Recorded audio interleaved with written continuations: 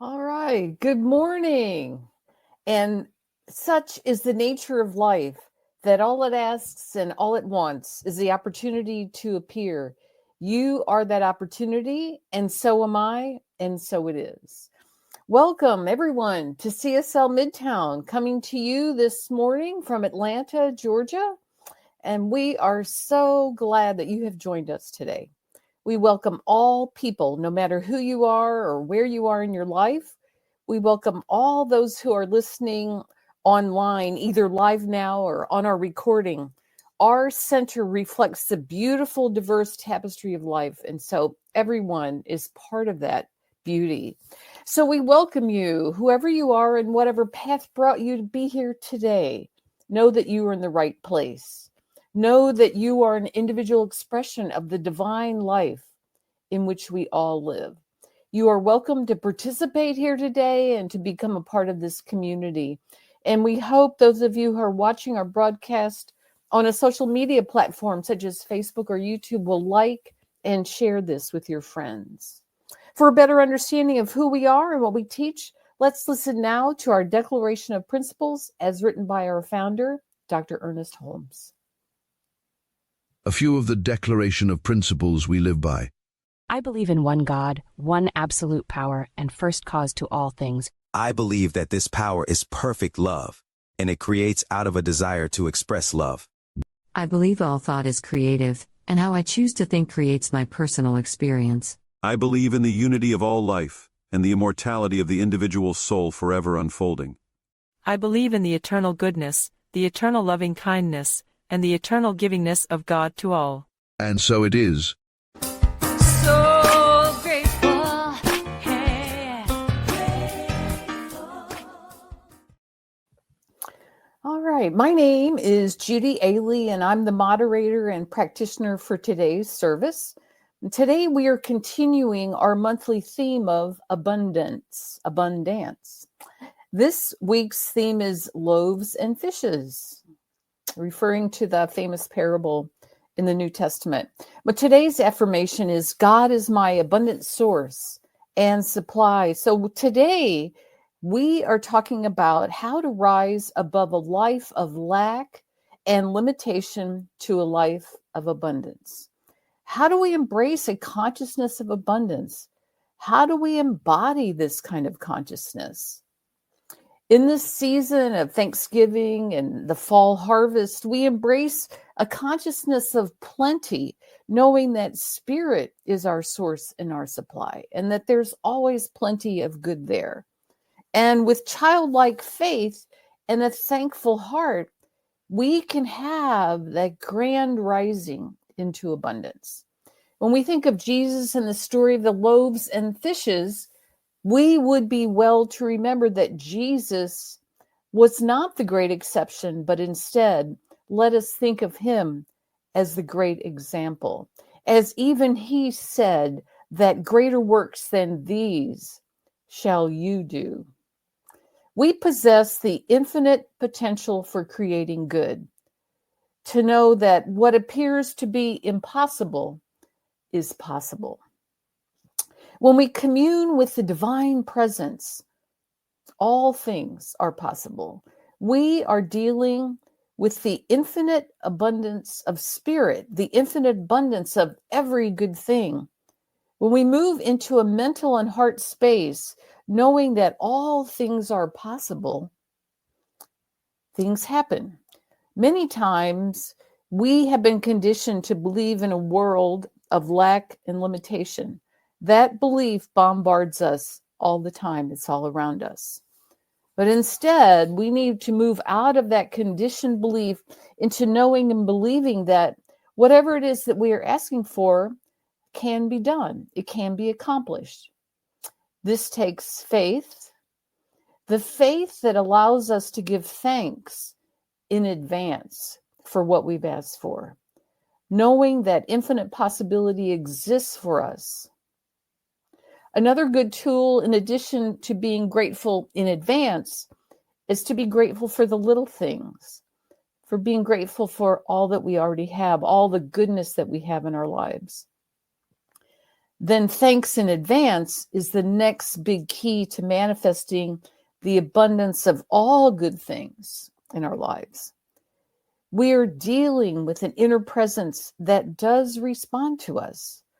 There is a law of good that works for us. And when we have this childlike faith without questioning, doubting, or fearing, and give thanks in advance, our supply is multiplied. I leave this part this morning with a quote from Ernest Holmes. When we learn to trust the universe, we shall be happy, prosperous, and well. We must learn to come under that divine government and accept the fact that nature's table is always full. With spirit, with God, all things are possible. Please join me now in a spiritual mind treatment or affirmative prayer, and this will be followed by music for reflection. So just get yourself to a nice, comfortable spot wherever you might be, and allow yourself to let go of any distractions that may be in the place where you are this morning. And just bring your mind, bring your consciousness to this exact moment where we are right here and right now. If you're comfortable, you can take a couple of nice, slow, deep breaths. And you close your eyes and allow your consciousness to just be fully present right here and right now. Please accept this treatment for yourself as I do this treatment in the first person. I take this time right here and right now to remember and to know that there is only one source, one presence, one supply of all great good. That this presence and this power, this field of energy is all around me. It is everywhere. It is in everything. It is in me. It is around me. It is through me. And I am never separated from it. I know that I'm one with this power and one with this presence of good. I'm one with the supply of infinite possibility of every good thing. And as I know my oneness with this wholeness, with this goodness, with this love, I know that all things are possible for me in my life. That I have at my as my source, this presence and this supply that does supply me with every good thing that I desire, every good thing that is needed for me to live a life of fullness, of joy, of beauty, of hope, of health, of love, of prosperity and goodness of every kind. So I just know that this table before me, this presence, this supply is ever present and it is infinite in its supply.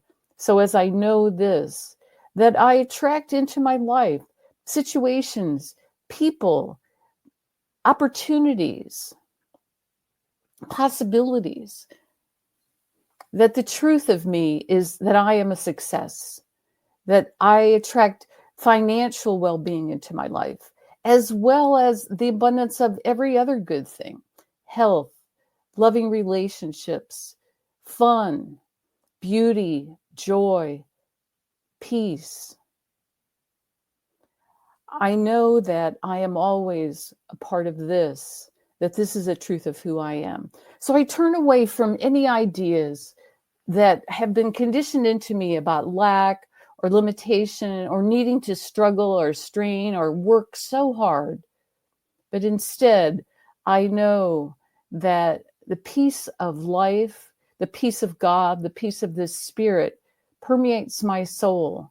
And that in truth, that all is well. And that as I state what I am desiring in my life, a life that is full, abundant, joyous, meaningful, fulfilling in every way that meets my particular needs, my particular personality, my particular situation, that in truth that all is well. So I just open myself up to this.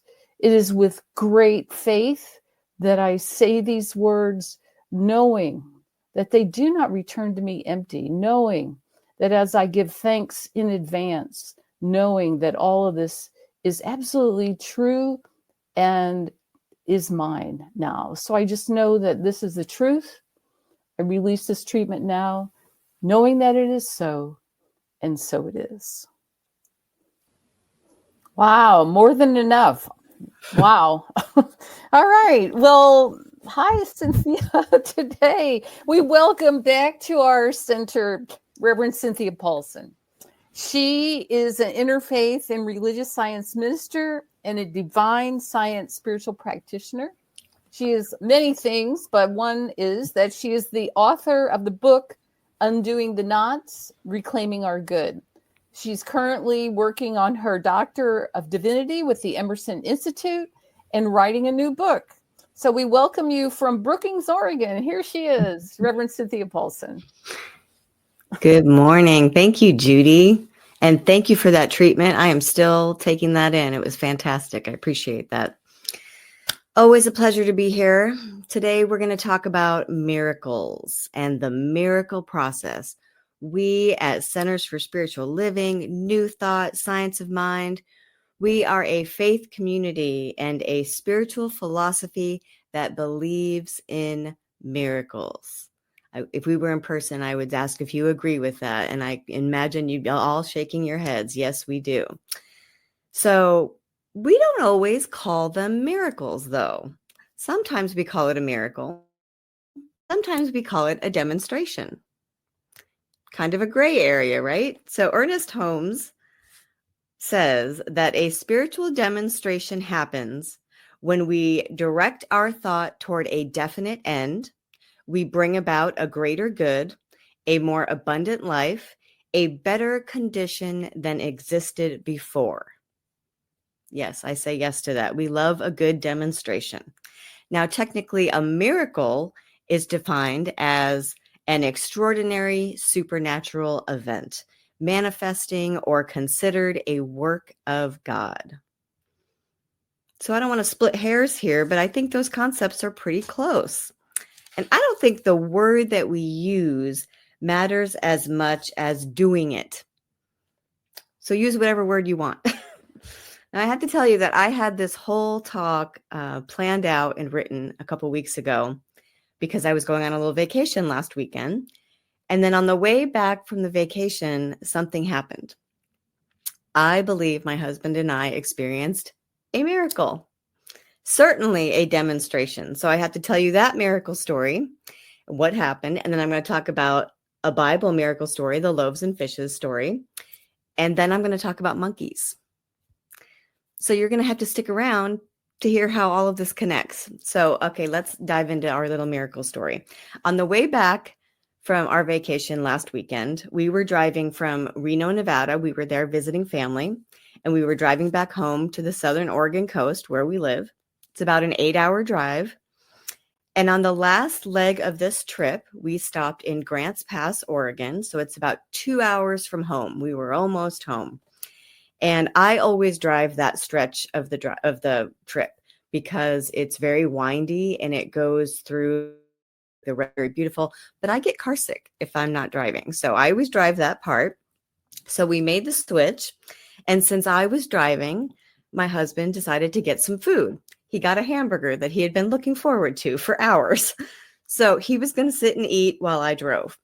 And at the last minute, he said, oh, let's fill up with gas just to be safe. You know, I thought we had plenty of gas, but we pulled in the gas station. Now, here's a little insight into our marriage. My delightful husband always pumps the gas. I do not ask him to do this. He just does it. It is his love language to do things for me. And I'm embarrassed to admit that it never occurred to me to say, oh, honey, you're eating. I'll get out and pump the gas because he just always does it. It never occurred to him to say, hey, I'm eating. You get the gas this time. So he gets out of the car and he's got his hamburger in his hand and he's fiddling with his wallet and he pumps the gas. Okay. So a few minutes goes by and he gets back in the car and his hands are empty. And I said, where's your hamburger? And he said, I ate it. Okay, great. So he really enjoyed that hamburger. Awesome. So we get back on the road, and about 10 minutes goes by, and I see him start like looking around the car and like getting in the glove box. And I said, what are you doing? He said, where's my wallet? Yeah, he couldn't find his wallet. So he knew he had it when he pumped gas. So I pulled over and we both just tore the car apart and no wallet. And he said, I think I put it on the trunk of the car when I was getting gas and eating that hamburger. So we turn around, and we drive all the way back to the gas station. There is nothing in the parking lot. He went inside. Nobody turned a wallet in. And I made him look in the trash can in case he accidentally threw it away. Nothing in the trash can. So we retraced our steps with the car, and, you know, which turns I took and how fast would I have been going to think it maybe fell off, you know, trying to look on the ground. Couldn't find anything. So we get back on the highway and we drive home. So after a while, I said, I should treat, as in pray a spiritual mind treatment, affirmative prayer. And this was the first time in the history of our relationship that he didn't really want to. We are like prayer buddies, and he's always there to listen and support. And he was understandably upset. He was not in a state of mind to receive treatment. And that's okay. So I decided to treat silently. And I prayed affirmatively, knowing that God is all there is. God was in this situation, expressing as all of it, as a wallet, as credit cards, as the people who could potentially find the wallet, and as our car, everybody on the road, all of it. I knew that the one presence of the divine was in all of this moment. And I reminded myself that a wallet and credit cards and cash money are not our abundance. They are just symbols of the truth of our abundance in God, and that we are in the flow of that. I affirmed that nothing can be lost in spirit because God knew exactly where the contents of that wallet were. I also knew that it was possible that it could be put back in our possession easily because God is good and people are good. And I insisted that a good outcome was possible. And I remember specifically using my word to declare that life is full of wonderful surprises. And we were ready to be surprised and thrilled with the return of this wallet. We were already so full of gratitude for this wonderful outcome. So we drive home. We pick up the dog from the boarding place. We take the dog for a walk. We unpack the car. He went through it all again, still no wallet. And about an hour later, his phone rang. And it was our old neighbor at the apartment we lived at here in Brookings. When we first moved here, we lived in an apartment. Now we live in a house. That apartment address was the address on his driver's license.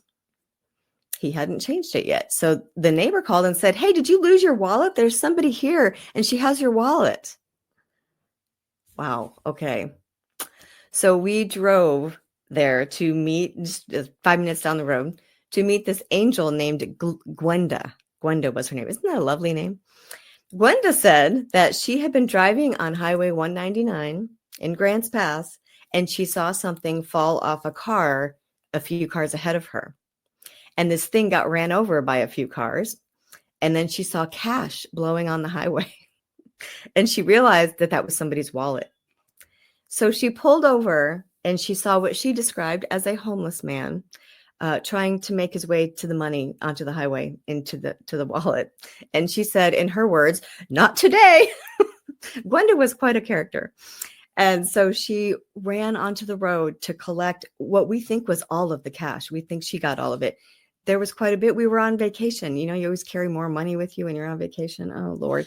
And so she gets all the cash. She picks up the run over wallet, the broken credit cards that just snap in half when they get run over, it turns out, his bent up driver's license. Gwenda lives in Grants Pass, 2 hours away from us. And she drove all the way to us in pouring rain to Brookings to find him, to give him his wallet. Demonstration Certainly. Miracle? I say yes. I think that whole thing was a miracle.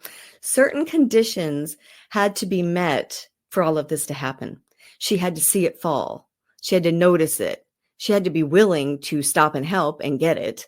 The license had to be readable and not destroyed, we had to have known our neighbors at our old apartment and be friends with them and have phone numbers. They had to be home. Gwenda had to have reliable transportation and be willing to drive 2 hours through the redwoods for a stranger. We had to be open to the possibility of a scenario like this happening to get the wallet back. Okay, so that's that miracle story. Let's shift into the Bible miracle story, loaves and the fishes, where Jesus feeds the 5,000 people. Certain conditions had to happen as well in that miracle for it to unfold. Now, Judy just reminded us in Science of Mind, New Thought Philosophy, we know Jesus as our great teacher and example, not the great exception. And we like to look at a Jesus miracle kind of methodically, because he told us we can do these things too. So it's worth looking for a technique here. What did he do exactly? What took place? Now, full disclosure, there is a book that does this. It looks to see if there is a method. Whoops, I don't know, kind of a lot of glare. Oops, you can't really see it. It's called The 12 Conditions of a Miracle. And this is what this book does, is it goes through this miracle in the Bible to see what these conditions are, to see if there's a technique. Highly recommend that book. I'm barely scratched the surface of what's in that book. The loaves and fishes story starts with Jesus withdrawing to a solitary place, something enlightened individuals do, right? Like Jesus. They seek an isolated place to be still and quiet their mind. It's good advice for all of us. Seek out a deserted place to pray, meditate, and connect with the divine. Now, you could say that maybe that's step one of this miracle process, to be still and know that I am God. So whatever troubles or perceived lack we are experiencing, we should consider creating an empty space to be alone with it, with our truth about it, for prayer, meditation, and stillness. Now, bouncing back to my miracle story, we had, ironically, the whole road trip been listening to an audiobook called The Awakened Way, Making the Shift to a Divinely Guided Life. Highly recommend that one as well. It's by Suzanne Giesemann. But it had incredible meditations in it that I even commented to my husband, I am really feeling a shift in my consciousness listening to this book. So I was in that connected state right before all of this happened. Okay, back to Jesus. The story says that the crowds of people followed him. So even though he's off praying or meditating, this doesn't irritate him. The fact that people were following him. It says he had compassion for them and he healed them. It's a lot of people, 5,000 people following him. This is his method. You might say that these are his instructions. He's instructing us to behave compassionately, to think of others, to love others and put their needs above our own. Now, I think it's worth noting that this is what he's doing right before this big important miracle or demonstration takes place. Right before the miracle, he is showing selflessness, compassion. So that may be the next step in the miracle process. Todd Michael in that book puts it this way: selflessness is in your own self-interest. When you begin to put the welfare of others ahead of your own dreams will begin to advance with incredible efficiency. That's part of the miracle process. He also says, if you are consistently conscious of others' needs, the universe will be consistently conscious of your needs. If you consistently help others to prosper, the universe will consistently help you to prosper. Selflessness. Let's bounce back to my miracle story. Right before all this happened, my husband was putting my needs first, pumping the gas for me, which he does consistently. Interesting, right? Okay, back to Jesus. So it starts to get late, and the disciples want to send people down to the village to get some food because they're hungry. You got to love the disciples in this story, right? The disciples are not bad people. They are not dumb people. They are just people with a level of consciousness that's a little bit lower than the miracle worker Jesus. They are very human in this story, which means that they are limited in their thinking, like most of us are. They perceive their reality and they take it at face value. It's late. There's no food here. These people are hungry. We got to go. We probably would have said the same thing, but not Jesus. They don't have to leave, he says. Let's just give him something to eat. He has a much simpler solution. If people are hungry, we should just feed them. Jesus is not concerned with the conditions. Jesus is never concerned with the conditions, and I love that about him. He is not worried about the perceived lack of food. He's concerned with solving the problem. But the disciples are focused on their lack. Now, we know as students of New Thought that when we focus on lack, we get more lack. But Jesus, the miracle worker, always uses the supply at hand to the very maximum. If we learn to work with what we have, more will be given to us. So the next step is work with what you've got. There's a quote from Todd Michael that says, use the resources you have at hand carefully, milking every possible bit of use from them. Do this cheerfully, gratefully, and as consistently as possible. So back to my little miracle story. One of the resources that we had in that situation was my practitioner and ministerial training, my prayer skills. Now, I could have just not treated when my husband didn't want to be on board to listen to that. But then I realized that's the craziest thing ever. I can still treat, I can still pray, I can still use that skill. And that's something that we all have to some degree. You have some understanding of these principles. Everyone can do this. So back to loaves and fishes. Where did the supply come from?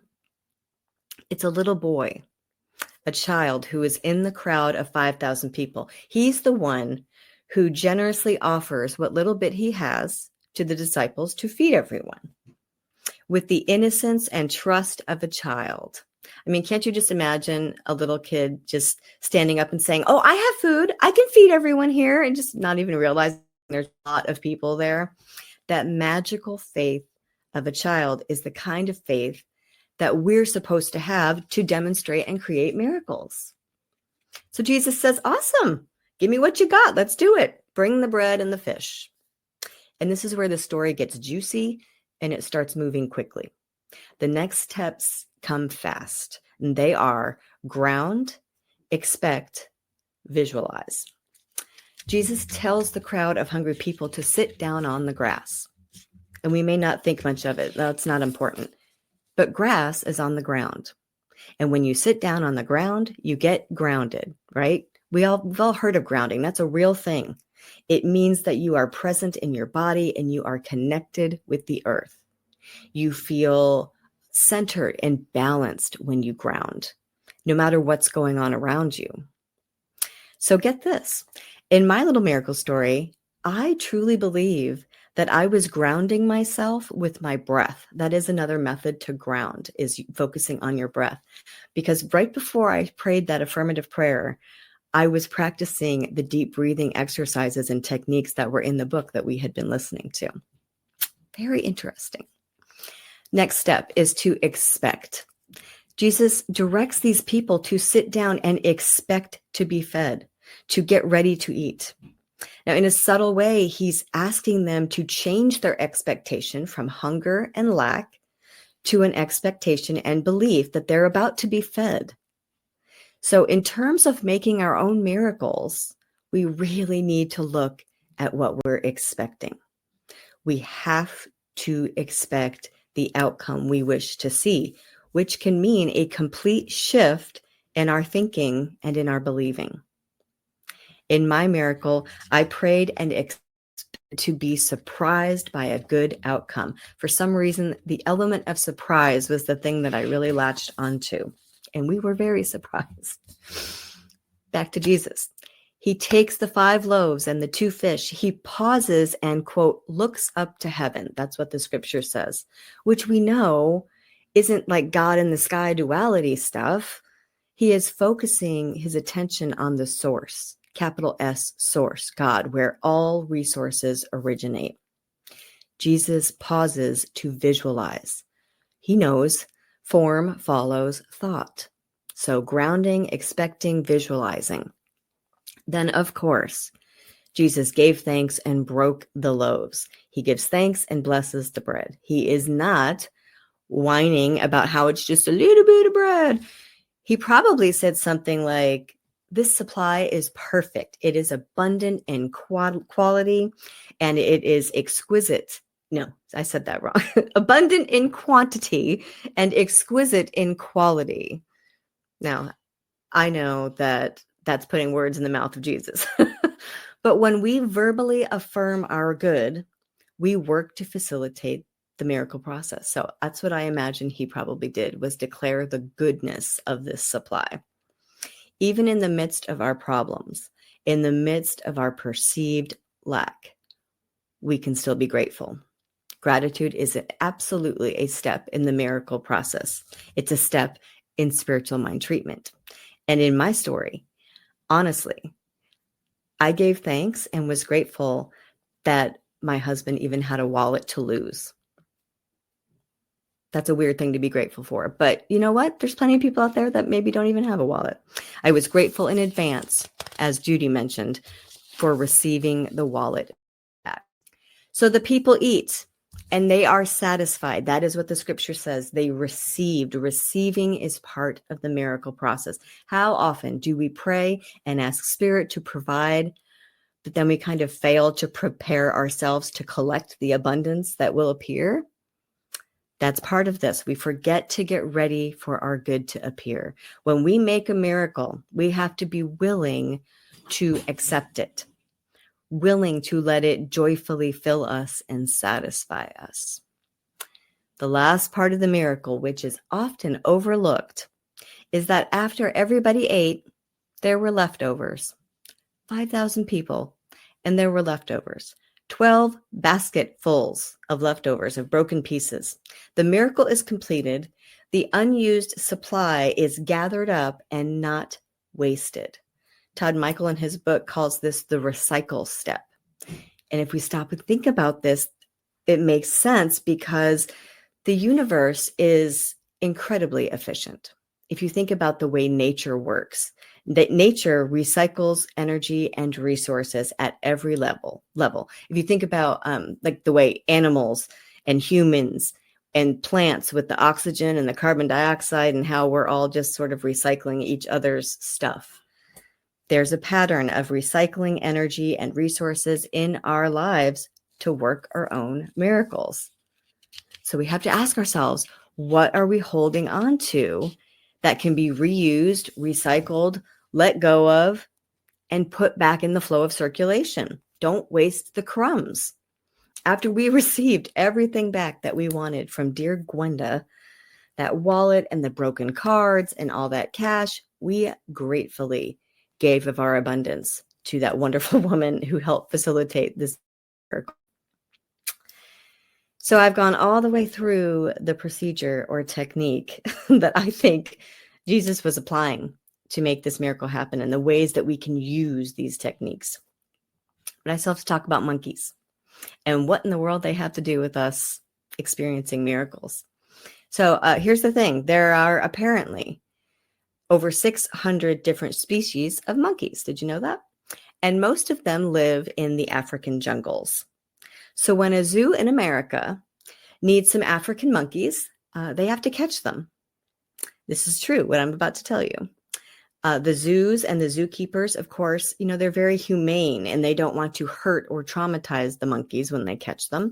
So this is what they do. They take a big, heavy ceramic bottle that has a skinny neck on the top, right? And they drop some sweet smelling nuts into the bottle. And they put the bottles on the floor of the jungle and they just wait. And they come back the next day and inevitably there's a monkey trapped next to every bottle. just sitting there. See, the monkey comes along and he smells the nuts in the bottle and he investigates the bottle and he puts his arm in there to get the nuts. He closes his hand around the nuts and he's trapped. The monkey cannot take his hand out of the bottle because it won't let go of the nuts. It won't drop them. It's unwilling to open its hand and drop the nuts. The bottle's too heavy to pick up, so the monkey's trapped. This sounds ridiculous, and we want to laugh at this silly monkey. But we are like the monkey. Now, you might think that the metaphor I'm going for here is that we are clutching our good, our sweet-smelling nuts, the good that we already have. Sure, that is definitely a part of the law of circulation, that if we hold onto our good too tightly, that we could block the flow and might potentially stop ourselves from receiving more. Sure.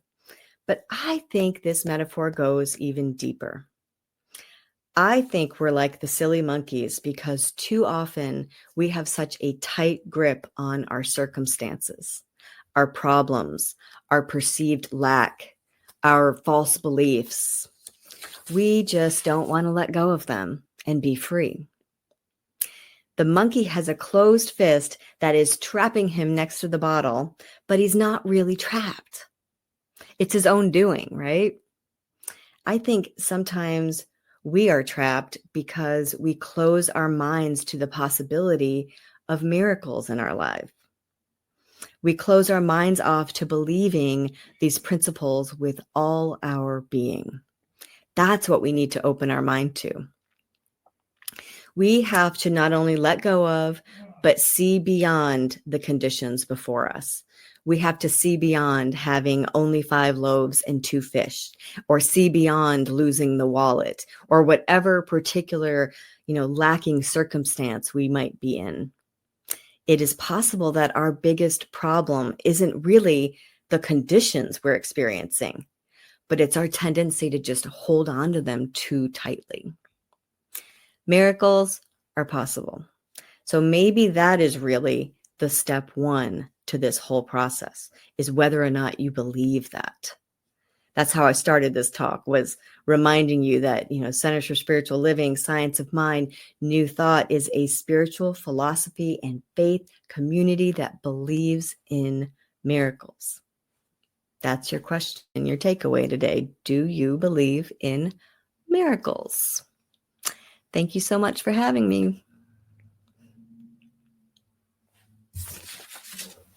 All right. Fabulous talk, Cynthia. Thank you so much. Now we come to the time in our service where we give back as we are able to this spiritual community. If this is where you get your spiritual nourishment, please consider supporting us in a way that feels right for you.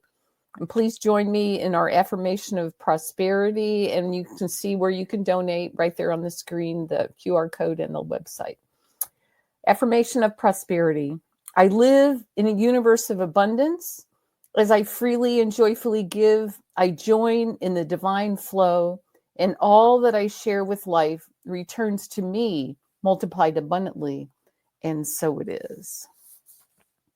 All right. Well, thank you again for joining us today. We have a few announcements. Please remember that if you liked what you heard, to share this link of the service to your friends on social media. Also, every Sunday at 10 a.m., we have our adult study group that meets on Zoom. We're currently studying the Science of Mind textbook, and you can find the Zoom link at cslmidtown.org. And next Sunday is November 24th. We're going to have Reverend Dr. Michelle Whittington, and she will continue our monthly theme of abundance. CSL Midtown is pleased to be able to continue providing our community with excellent Sunday speakers from all over the country. And we've really enjoyed hearing these messages and look forward to many more of the same high quality speakers. And we hope that you will spread the news about our great Sunday speakers to your friends and family. The first Sunday of each month, we have our monthly in-person service followed by our potluck. And you can find out more information about that at cslmidtown.org. And I'll just add a little note here. The first Sunday in December, we're going to welcome Reverend Dr. Bob Dean back for a special in-person service. So we look forward to that. We have all, you may be wondering if we will ever have a senior minister again for CSL Midtown. And please just know that at the present moment, we require greater financial support from our community to allow that to happen from the universe. So we're open to that. We are moving toward that goal, and just know that there are a lot of steps, it appears, to get there, but we are in that process. That's all the announcements that I have. I hope that you'll join us after the service at cslmidtown.org on our Zoom link to have a discussion with Reverend Cynthia Paulsen. Her talk was so fabulous. I'm sure that people will be excited and interested in speaking with her. All right, that concludes our service. Please join me in the closing affirmation of life. I leave this place now knowing something better than I knew before. I go forth into the world with a heart full of love and a mind full of good sense. I look at the world in a greater way, knowing that I have within me everything I need to create the life I desire. I give thanks for this understanding, and I am grateful for the spirit of life that lives through me, and so it is. See y'all next week.